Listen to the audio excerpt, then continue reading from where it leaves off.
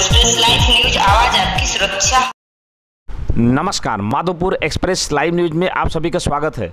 उत्तर प्रदेश जनपद प्रयागराज जिले के बरौद बाजार में समाजवादी शिक्षक सभा प्रेस वार्ता एवं स्वागत समारोह का आयोजन किया गया। 2007 में ब्राह्मण सम्मेलन किया था और जिस पार्टी से बिलोंग किए थे उसमें उसकी सरकार बनी थी। फिर आपने एक बिगुल पूजा शुरू किया है, हड़िया से ही आपने शुरू किया था और फिर आपने हड़िया को ही माना है केंद्र। आखिर आप समाजवादी के साथ इस बार ब्राह्मण समाज को किस तरह से ले आके जोड़ेंगे? देखिए, ब्राह्मण समाज कोई समाज नहीं है, वो अपने आप में एक विचारधारा है। वो युग परिवर्तक रहा है, शासक परिवर्तक रहा है। जब किसी का भी शासन सत्ता हो, चाहे जिस पार्टी का हो, अगर वो शासन सत्ता अपने कार्यों से, अपने दायित्व से विमुख हो जाता है तो समाज के पुरोधा के रूप में, समाज के मार्गदर्शक होने के कारण, समाज को एक नई दिशा देने के कारण ब्राह्मण समाज सदैव आगे आ जाता है।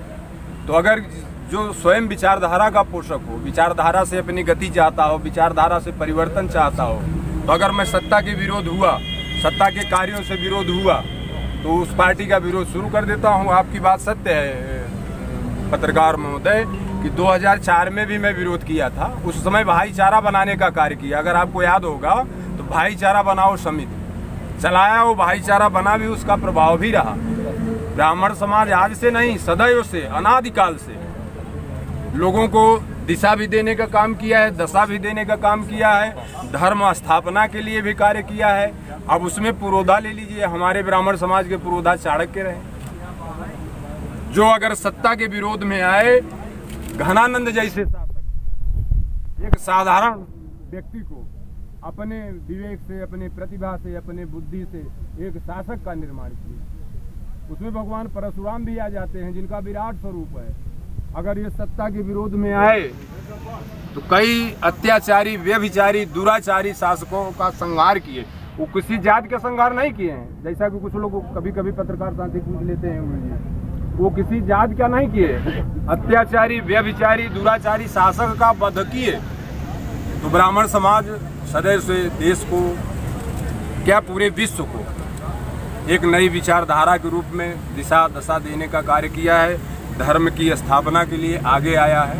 इसलिए समय समय पे होता रहता है, जैसा कि समय चल रहा है। आप देख रहे होंगे भाजपा सरकार की, अगर भाजपा सरकार में किसी का उत्पीड़न ज्यादा हुआ होगा तो ब्राह्मण समाज का। क्योंकि उनको भय है कि अगर ब्राह्मण समाज चाह लेगा तो मेरी सत्ता को खत्म कर सकता है, इसलिए वो उत्पीड़न शुरू कर दिए। लेकिन उत्पीड़न कर नहीं पाए, इसके पहले ही ब्राह्मण समाज जागरूक हो गया है। माननीय अखिलेश यादव जी को प्रधानमंत्री बनाने जा रहा है पूरे प्रदेश का ब्राह्मण समाज। और हमारे समाज साथ में जब ऐसे आदरणीय हमारे प्रोफेसर साहब गुरु जी हैं, तो फिर और चिंता किस बात की है। आपको अखिलेश यादव जी की सरकार बनाने के लिए प्रयास हो न हो, कभी कभी स्वाभाविकता यह बताने लगती है कि क्या होने जा रहा है। आदमी स्वतः जब जाग जाए तो निश्चित तौर पर परिवर्तन आता है। आज भारत की जनता अपने आप जाग गई है और उठ के खड़ी हो गई है। आप लोगों को भी इसका एहसास हो गया होगा। तो उसमें प्रयास तो वह एक स्वाभाविक प्रक्रिया में, जब आदमी जागेगा तो दौड़ पड़ेगा।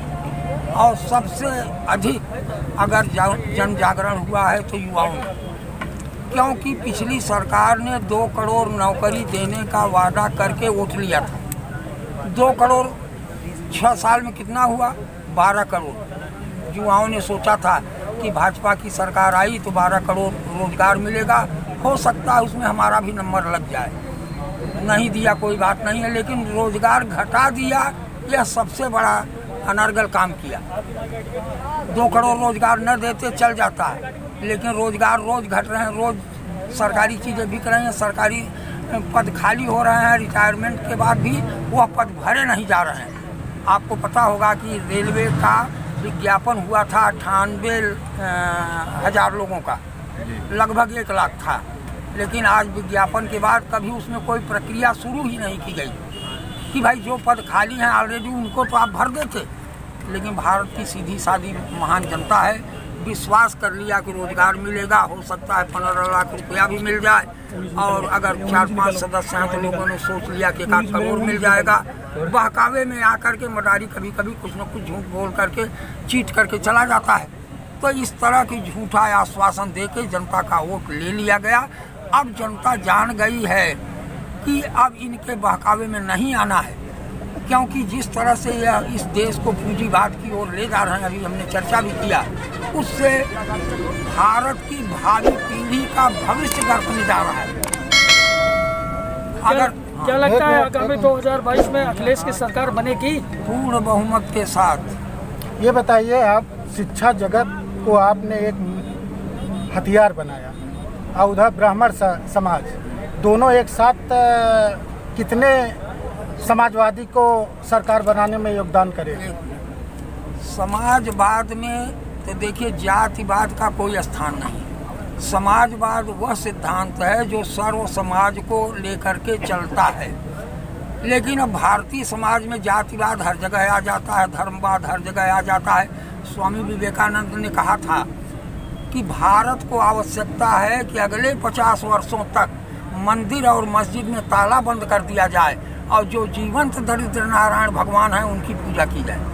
जब तक गरीबों की, दरिद्र की पूजा नहीं होगी, तब तक पत्थर के भगवान की पूजा की आवश्यकता नहीं है। यह मेरा कथन नहीं, युग पुरुष स्वामी विवेकानंद का कथन है। उन्होंने कहा कि मंदिर और मस्जिद में ताला बंद कर दिया जाए। और आज मंदिर और मस्जिद में ताला बंद होना हो, दिन भर चर्चा मंदिर और मस्जिद की है,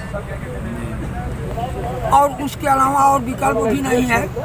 भारत की जनता बड़ी सीधी सच्ची है। कार्ल मार्क्स ने कहा था, जिससे समाजवाद पैदा हुआ, कि धर्म एक अफीम है, जनता को खिलाओ, उसका शोषण करो। तो आज भाजपा धर्म का अफीम खिला देती है, नशे में हो गया आदमी और उसका शोषण, उसको भिखारी। अरे 5 किलो अनाज दिया जा रहा था, अभी कल एक आज सज्जन मिल गए कि सरकार दे रही, हमका 5 किलो की कीमत क्या हुई भाई साहब? 16 पचे 80 या 15 पचे 75, यही तो हुआ। हम कहा आपके परिवार में मोटरसाइकिल है? कहा हाँ है। तो हम कहा जब आपका बेटा 1 लीटर पेट्रोल भराएगा तो 60 रुपया गवर्नमेंट को मिलेगा, और आप 1 महीना अगर चलाएगा तो 1800 रुपया गवर्नमेंट का हुआ, और आपको 5 किलो महीने में अगर मिला तो कितने का मिला? 80 रुपये का। हिसाब कर लीजिए। यह भिखारी बनाने का तरीका है कि हम कुछ नहीं देंगे, चलो अनाज देंगे। हाथ जोड़ करके आदमी 5 किलो अनाज पाएगा, 5 लोग हैं 25 किलो पा गए, अब खुश होकर चले जाएंगे। अधिकार मांगिए, रोजगार मांगिए, अपना विकास मांगिए, अपनी शिक्षा मांगिए। जब सारा कुछ बिक रहा है, हॉस्पिटल बिक रहे हैं, रेलवे बिक रहा है, 10 साल बाद आप देखिएगा कोई गरीब यात्रा करने लायक नहीं रहेगा। आज जो सामान्य डब्बे में आप जाके देखिए कि हर गरीब बैठा चला जा रहा है, लटक के चला जा रहा है, पहुंच जा रहा है। लेकिन जब वह प्राइवेट ट्रेन लखनऊ से चलती है दिल्ली, कोई वहाँ प्लेटफार्म पर नहीं जाता। तो जिस तरह से बेचा जा रहा है, तो इससे गरीबों का हित बाधित हो रहा है। इसलिए पूंजीवाद हटाइए और समाजवाद लाइए। यही काम राम ने किया था। रावण से लड़ाई, रावण पूंजीपति था, समाजवादी था। रावण पूंजीवादी था, उसकी लंका सोने की थी यार, और राम समाजवादी थे। राम ने जोड़ने का काम किया, जोड़ते चले गए और जोड़ करके पूंजीवादी को समाप्त किया। तो समाजवादी भी जोड़ना प्रारंभ कर दें, पूंजीवाद पर हावी हो जाएंगे, पूंजीवाद परास्त होगा और भारत का विकास होगा। धन्यवाद।